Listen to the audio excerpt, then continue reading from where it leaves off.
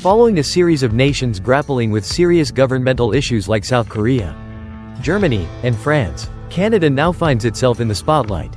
The government is teetering on the brink of collapse, and the Prime Minister faces the imminent risk of being ousted. In fact, this risk seems almost inevitable, with a likelihood as high as 99% due to prolonged political turmoil and deep-seated conflicts within the government. As of now, 8 ministers have resigned from Prime Minister Justin Trudeau's administration.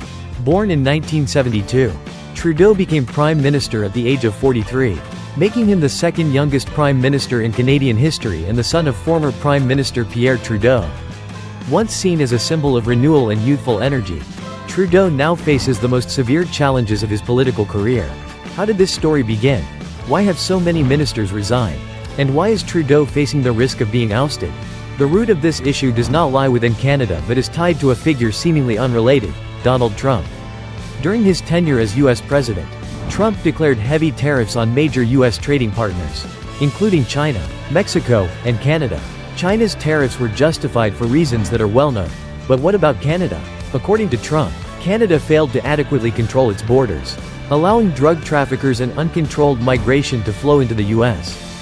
Trump demanded that Canada address these issues or face a 25% tariff.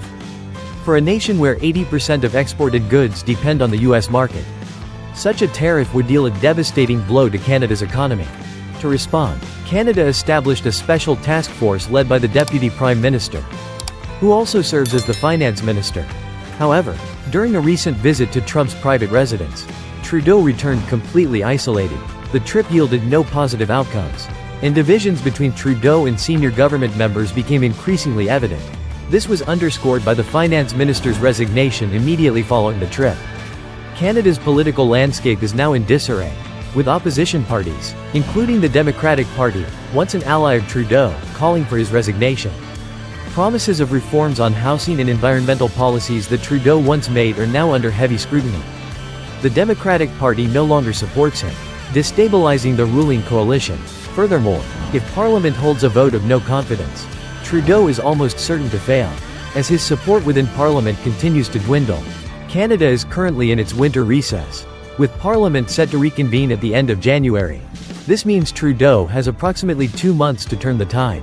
He has introduced policies aimed at appeasing Trump, such as allocating nearly $1 billion to bolster border surveillance, combat drug trafficking, and control migration to the U.S. However, the effectiveness of these measures remains highly uncertain.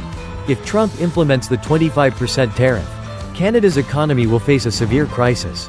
Export-dependent businesses will risk bankruptcy, and unemployment rates could skyrocket. This would not only weaken Trudeau's position but also leave his successor with an uphill battle to revive the economy. Dealing with Trump is truly a gamble. Can Trudeau hold onto his position as Prime Minister?